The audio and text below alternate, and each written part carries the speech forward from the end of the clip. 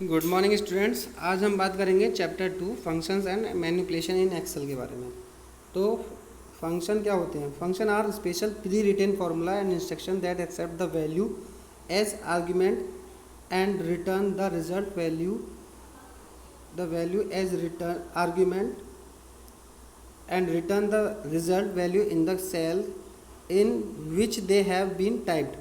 Function क्या होते हैं? एक स्पेशल प्री रिटेन फार्मूला होते हैं जो जैसे इंस्ट्रक्शन दिया हमने और वो वैल्यू को क्या करे, हमें उसमें वो अप्लाई करे और उसका हमें रिजल्ट दे। जैसे मैंने कोई एग्जांपल सम का फॉर्मूला लगाया तो जैसे ही वो उसे आर्ग्यूमेंट करे कि क्या मैंने लगाया है और वो उन सब जगह पर जाकर उसे वैल्यू को फाइंड आउट करे। ठीक है, result value in the cell in which they have been typed. हम क्या रिजल्ट को टाइप करना चाहते हैं वो उसमें रिजल्ट आ जाए। ठीक है, जैसे जनरल सिंटैक्स एक देखते हैं। मैंने फंक्शन लिया नेम आर्ग्यूमेंट, तो फॉर एग्जांपल एवरेज A1 और स्लैश A7 और सम 967। तो ये क्या हो गया? 967 हमारा आर्ग्यूमेंट हो गया, सम फंक्शन हो गया। तो for example argument can be of the following types. तो ये एवरेज को फॉलो कर देगा, मतलब जो जिस चीज़ पर हमने उसे लगाया है वो एवरेज को टाइप कर देगा। ठीक है, तो ये हमारा एवरेज निकाल के देगा इस फंक्शन से, और इस फंक्शन से हमारा सम निकल के आ जाएगा। तो function are like ready to eat dishes, I just need to warm it, pass argument to make it ready to serve. कैसे हम इसे रेडी करेंगे, कैसे तैयार करेंगे और कैसे उसे उसके ऊपर अप्लाई करेंगे। तो आर्ग्यूमेंट क्या होता है? Argument can be of the following type. जैसे कांस्टेंट हो सकते हैं, the these value can be use directly in the function.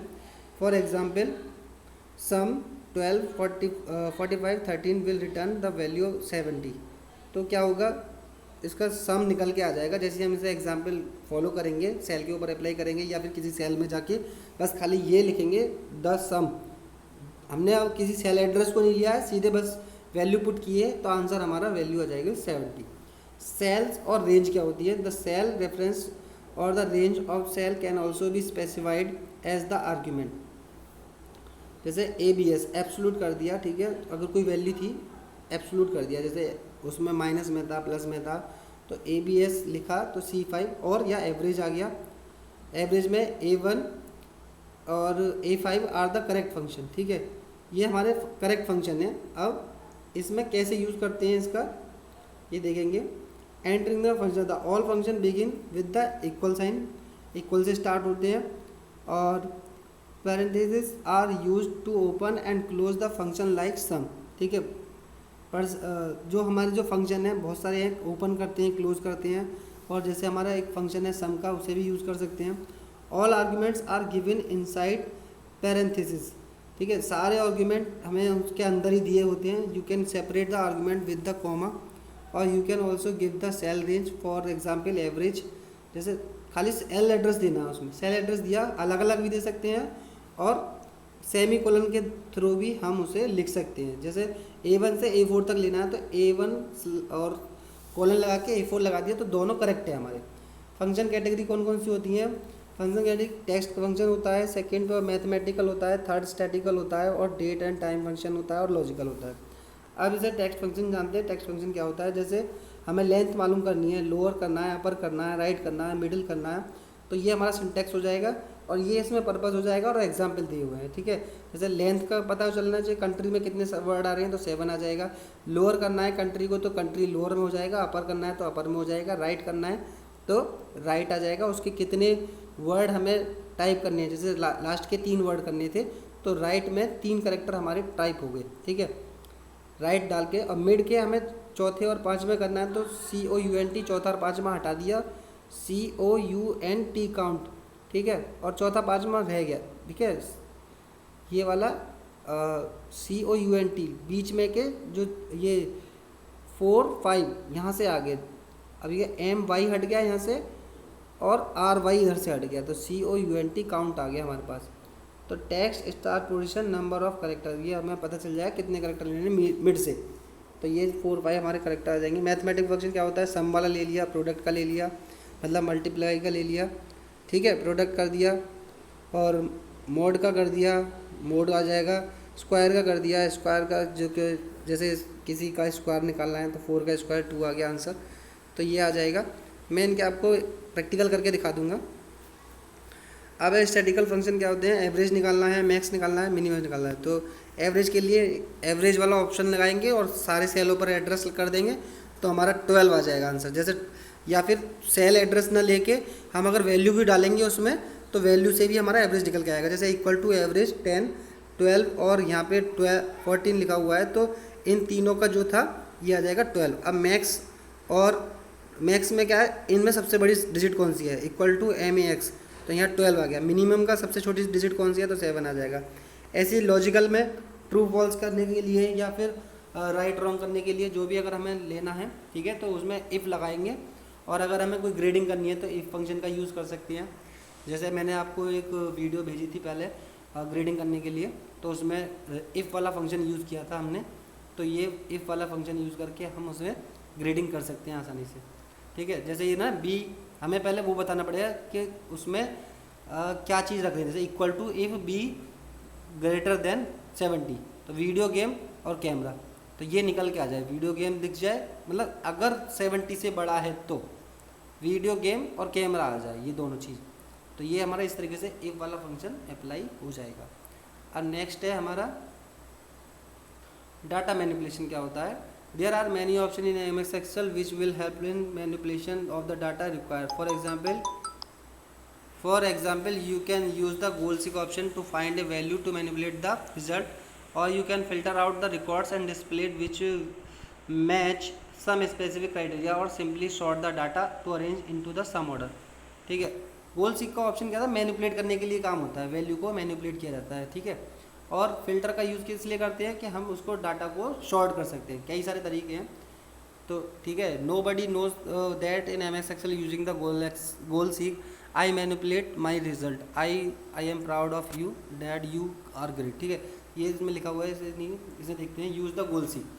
The goal seek option is useful when you want to manipulate the result which you have obtain the apply some formula, follow this step to use the goal seek option. ठीक है, click the data tab पे click करेंगे और ये बहुत सारे option हैं गोल seek को ऑप्ट करने के लिए। और इसे जैसे जैसे करते जाएंगे तो ये डायलॉग बॉक्स ओपन होकर आएगा। यहाँ पे सेलेक्ट करना है, वैल्यू डालनी है और चेंज बाय चेंजिंग सेल्स किसके द्वारा करना चाहते हैं तो वो हम टेक्स्ट को करेंगे। जैसे ओके, तो गोल सीक हमारा ऑप्शन अप्लाई हो जाएगा। जैसे इसमें देखा है, देखो मैथ्स में और साइंस में और इंग्लिश में टोटल ये दे रखा है। अगर मैं इसमें वैल्यू चेंज करना चाहता हूँ तो देखो साइंस की जगह कितना कर दिया, 70 कर दिया और आंसर हमारा वही आ गया, बस खाली हमने वैल्यू चेंज करी है। तो गोल सीक ऑप्शन से हमने जो सेकेंड वाला साइंस वाला जो ऑप्शन था उसमें हमने वैल्यू को चेंज कर दिया। ठीक है, मैनिपुलेट कर सकते हैं अपने अकॉर्डिंग जैसे चाहे। अब नेक्स्ट चलते हैं। नेक्स्ट है हमारा ये एंटर 91। ठीक है, देखो ये उसका ही दे रखा है, एग्जाम्पल दे रखा है। तो इसमें क्या है, गोल सीक वाले ऑप्शन पे जाएंगे। देखो इसमें क्या किया है, इसने जो सेल का एड्रेस है वो लिया है, फिर वैल्यू कितनी थी 240 और चेंजिंग कर दिया इसको। तो कितना हो गया, पहले कितना था हमारा 73 45 73 और अब कितना हो गया हमारा वैल्यू होगी 73 94 73 94 कर दिया लास्ट बीच में, पहले 45 था 93 94 कर दिया। तो चेंज हम कर सकते हैं अपने अकॉर्डिंग जैसे हम चाहते हैं। ठीक है, अब नेक्स्ट आते हैं यूजिंग फ़िल्टर। फ़िल्टर में तो आप सभी को पता होगा कि अगर हम पूरे ऊपर फ़िल्टर लगा देंगे तो जिस के मार्क्स देखना चाहते हैं, किसी एक पर्टिकुलर एक बच्चे के मार्क्स देखना चाहते हैं तो एक के दे सकते हैं। अरेंज करना चाहते हैं, शॉर्ट करना चाहते हैं, जैसे अगर जिसके सबसे ज़्यादा नंबर हैं वो ऊपर पहले आ जाए, जिसके सबसे कम मार्क्स हैं वो नीचे चला जाए, या जिसके कम मार्क्स हैं वो ऊपर आ जाए, तो उससे भी हम ऐसे कर सकते हैं। तो हमें फ़िल्टर से क्या होता है कि हम फ़िल्टर लगाएंगे। देखो इसमें बहुत सारे ऑप्शन दिए फ़िल्टर करने के लिए, ये देखेंगे तो शॉर्ट स्मॉलेस्ट टू लार्जेस्ट दे रखा है, लार्जेस्ट टू स्मॉलेस्ट दे रखा है। अगर सभी को सेलेक्ट कर देंगे सभी दिखाई देंगे, और सबको हटाने के बाद जिस एक पर क्लिक कर देंगे तो वो भी आ जाएगा। ठीक है, जिस तरीके से हम करना चाहते हैं वो फ़िल्टर करके हम उसे कर सकते हैं। ठीक है, फ़िल्टर का ये हो गया। अब आता है नेक्स्ट, देखो यहाँ भी फ़िल्टर का ही दिया हुआ है सारा। ठीक है, फ़िल्टर कैसे किया है इसने, तो अभी नेक्स्ट में आते हैं। देखो इसमें यहाँ भी देखो, अच्छा यहाँ हाईलाइट करने के लिए कंडीशनल फॉर्मेटिंग के लिए है। कंडीशनल फॉर्मेटिंग क्या होता है कि अगर आप ये चाहते हैं कि जिसके मार्क्स 30 से नीचे हैं, तो लेस देन 30 उसमें क्या हमें प्रॉपर्टी लगानी होती है, लेस देन, इक्वल टू और ग्रेटर देन, ये सब हम जितनी प्रॉपर्टी लगाएंगे उसके अकॉर्डिंग उसकी फॉर्मेटिंग कर देंगे। यहाँ पे जो नीचे देख रहे हो आप, ये वाला ऑप्शन जो दिखाई दे रहा है, तो इसने फॉर्मेटिंग की है, यहाँ पे ये कलर चेंज हो गया है। तो इसमें क्या हुआ, यहाँ पे इस जगह पे इसने फॉर्मेटिंग लगाई लेस देन या इक्वल टू या बराबर करके, ठीक है। और यहाँ इस वाले ऑप्शन की जगह पे क्या किया, इसने फॉर्मेटिंग करके कस्टम फॉर्मेट में चले गए और उनकी फॉर्मेट को फॉन्ट का स्टाइल या कलर वलर चेंज कर दिया, तो वो हाईलाइट हो जाएगा कि ये हमारे ऑप्शन है, ठीक है। इसमें बहुत सारे ऑप्शन होते हैं, जैसे हाईलाइट सेल्स रूल्स ऊपर दिखाई दे रहा है, between, less than, greater than, बहुत सारे ऑप्शन आते हैं। उनमें करने के बाद आपको फॉर्मेटिंग करनी है, जैसे हम फॉर्मेटिंग करेंगे वो हमें हाईलाइट हो जाएगा, जिस तरह का हमें हाईलाइट करना चाहते हैं। कम को करना चाहते हैं कम को कर सकते हैं, ज़्यादा को करना चाहते हैं ज़्यादा वाले नंबर को तो ज़्यादा वाले कर सकते हैं। जैसे हमें मानो कि हमारे पास कोई रिजल्ट दिया हुआ है और उसमें बहुत सारे मार्क्स, सभी बच्चों के मार्क्स दे रखे हैं, तो किसके कम है या किसके ज़्यादा हैं उसकी फॉर्मेटिंग कर देंगे तो वो हाईलाइट हो जाएंगे, ठीक है, जिसको हम देखना चाहते हैं। तो अब नेक्स्ट चलते हैं। तो ये हमारा रिवीजन टाइम हो गया। Function are special pre return formula and instruction that accept the value as argument and return the result value in the cell in which they have been type. मतलब function क्या होते हैं, हम जैसे किसी भी सेल के ऊपर जो भी फंक्शन लगाएंगे तो वो उसको आर्ग्यूमेंट करेगा, फिर उसके अकॉर्डिंग हमारे रिजल्ट को टाइप करके हमें शो कर देगा। Excel text function help you manage the text data in your spreadsheet. मतलब एक्सेल टेक्स्ट फंक्शन हमें ये हेल्प करते हैं कि आप किस तरीके से अपने स्प्रेडशीट को मैनेज करना चाहते हो, आसानी से मैनेज कर सकते हो। Excel mathematical function can be use to perform common mathematical operators, ठीक है, कॉमन मैथमेटिकल जो ऑपरेटर्स हैं उन्हें यूज़ कर सकते हैं। और स्टैटिकल में क्या कर सकते हैं, एनालाइज कर सकते हैं कि डाटा हमारा कैसा होगा, मतलब एनालाइज कर, एवरेज का है जो भी है। लॉजिकल में इफ़ करना है, ये इस तरीके के जो हमारे फॉर्मूले हैं, इफ़ या ठीक है, इफ़ वाले जो भी आती है लॉजिकल में, ट्रू है या फॉल्स है, इस तरीके के हमें कुछ फंक्शन को देखना है तो डिसीजन मेकिंग में आता है, ठीक है, अगर वो तो वो हम लॉजिकल फंक्शन में यूज़ करेंगे। द गोल्स का option useful when to manipulate the result, अगर मैनिपुलेट करना चाहते हैं तो वी विल यूज़ गोल्स का ऑप्शन। फिल्टर का ऑप्शन क्या होता है, रिकॉर्ड्स को स्पेसिफिक रिजल्ट क्राइटेरिया को मैच करने के लिए, मतलब देखने के लिए कि हमने अगर कोई भी रिजल्ट देखना है, जैसे किसी के बच्चे का ये देखना है किस बच्चे के मार्क्स कम है या सबसे ज़्यादा किसके हैं, सबसे ज़्यादा कम किसके हैं, उन्हें ऊपर नीचे करके देख सकते हैं। क्या हम लगा देंगे, शॉर्ट कर देंगे उन्हें लार्जेस्ट टू स्मॉलेस्ट, तो लार्ज वाला सबसे पहले ज़्यादा नंबर आ जाएगा तो हमें पता चल जाएगा कि सबसे ज़्यादा नंबर किसके है। तो ये हम उससे फिल्टर वाले ऑप्शन से चेक कर सकते हैं। If you want to apply formatting to cell, formatting में क्या होता है, मैंने आपको थोड़ी देर पहले बताया था कि अगर हम पूरी हमारे पास शीट है और हम ये देखना चाहते हैं, बस केवल उन्हें हाईलाइट करना चाहते हैं जहाँ है वहीं पे, तो हम उनकी क्या करेंगे, लेस देन या ग्रेटर देन सिंबल से फॉर्मेटिंग लगाएंगे और उनकी फॉर्मेट चेंज कर देंगे, मतलब उनके फॉन्ट का कलर या उनका बैकग्राउंड का कलर या फिल कलर जो भी चेंज करना चाहते हैं कर लेंगे। तो हमें जहाँ जो ऑप्शन जो चीज़ हमने अप्लाई की है तो वो सेलेक्ट हो जाएगी, जिससे कि हमें जो जिसके कम मार्क्स होंगे वो हमें शो जाएंगे। तो आशा करता हूँ आपको समझ में आया होगा। Thank you and have a nice day.